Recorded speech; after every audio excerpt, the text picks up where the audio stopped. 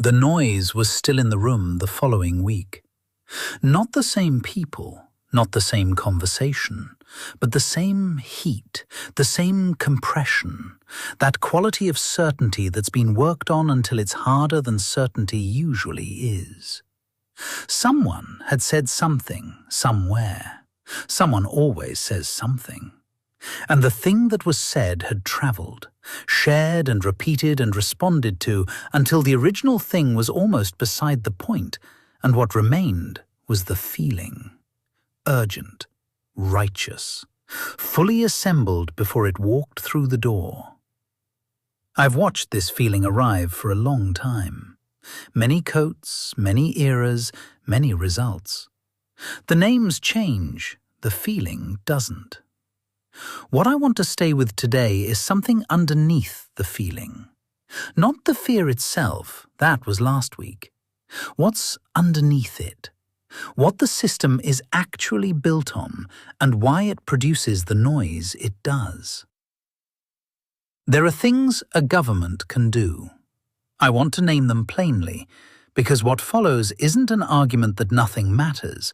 It does matter, and the difference between one set of choices and another is real and lands on real people. A government decides how money moves, towards defense, or health, or schools, or housing, or the service of the debt it already carries. Those decisions are genuine. Whether the defense budget rises or the NHS absorbs the pressure of an aging population, that's a real choice, with real consequences for real people. People live inside them. But here is the thing that doesn't get said on the platform, or in the chamber, or in the segment that runs at 6 and again at 10. Every pound pushed towards one of those things is a pound pulled from somewhere else. And the pot those pounds come from is not elastic.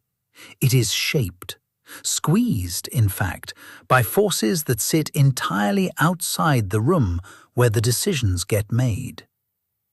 Take the age of the country. Every decade, there are more people in retirement and fewer people of working age supporting them. That shift wasn't decided by any government alive today. It was decided by the birth rates of the 1950s, the 1960s, the 1970s, by choices made in other rooms, in other decades, by people who are not here to be shouted at. The balance between those generating and those drawing was locked in before most of the people currently making promises about it were born. It will shape every budget, every spending decision for decades to come. No parliament caused it.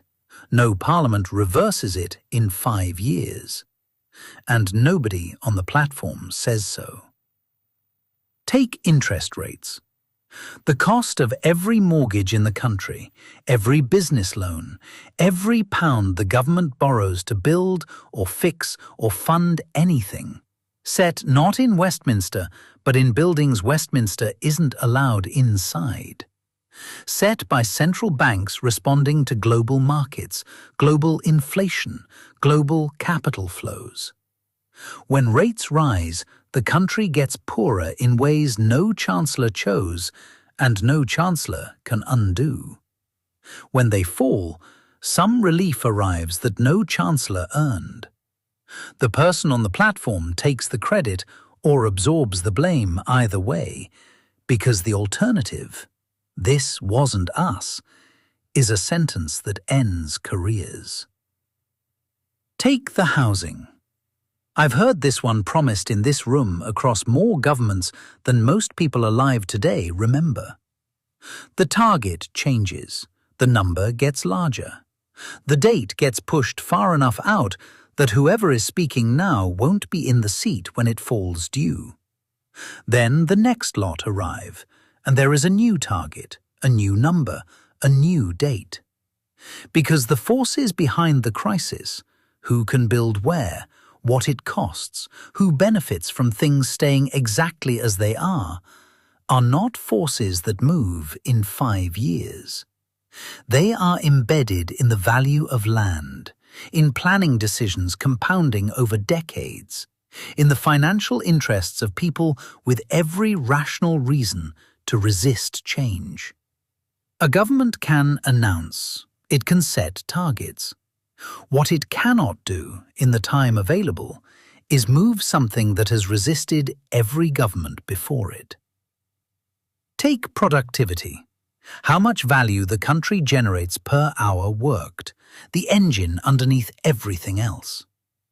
Every government since the 1980s has had a strategy for it. None of them have moved it. The people who study this for a living are careful not to call it impossible, but they are candid about what they've observed.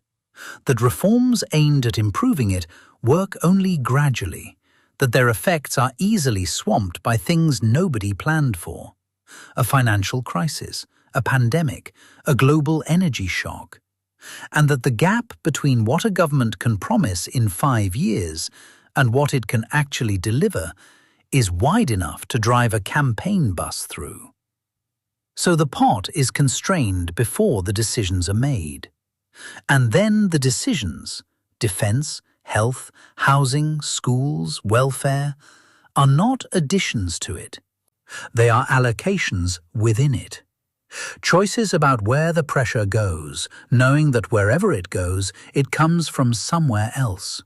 And that somewhere else has its own case and its own lobby and its own set of people who will suffer visibly if it loses.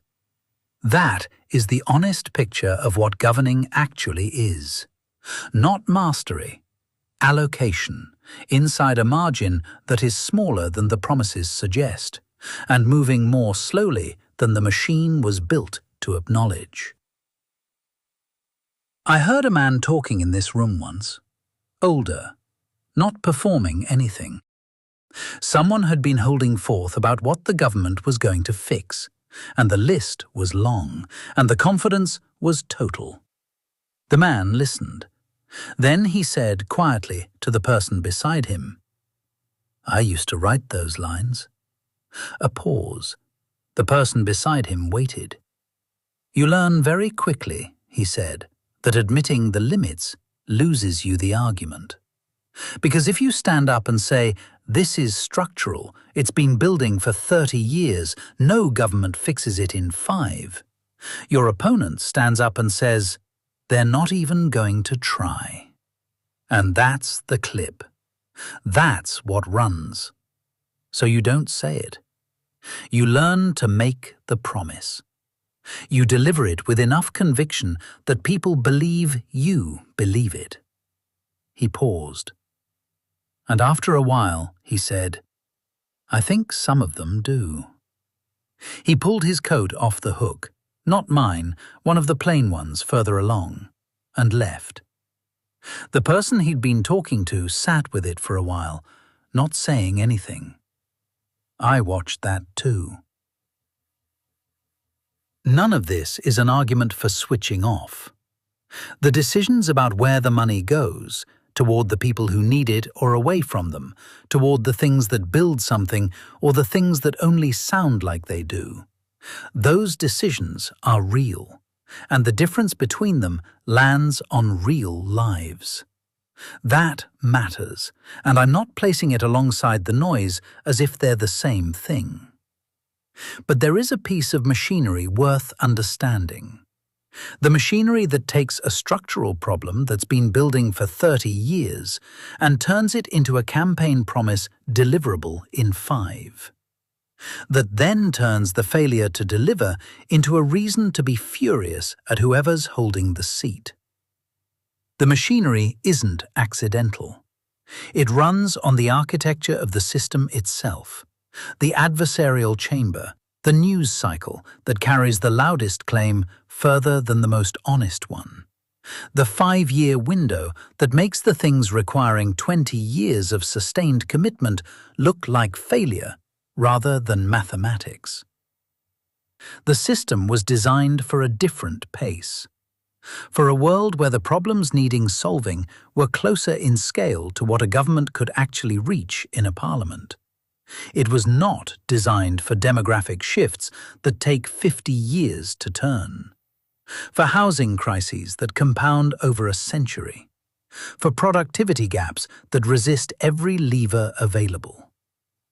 The machine runs at full speed, making full-speed promises about forces that move at a pace it was never built to address. I don't know what the right machine looks like. That's not something I can see from this wall. But after all the coats I've held, all the certainties I've watched arrive and dissolve and arrive again under a different name, I find myself sitting with a question.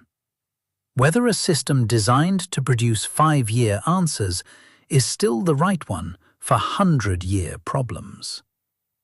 Not a conclusion, a question. The kind that tends to sit quietly in a room after the noise has moved on.